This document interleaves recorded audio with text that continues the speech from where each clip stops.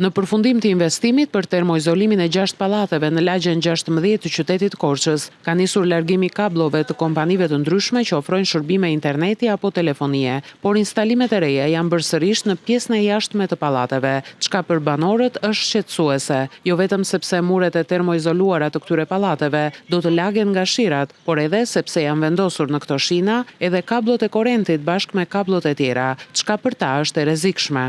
Tash i based suvave dhe izolimit pallateve, këtu ka shumë rëmuj.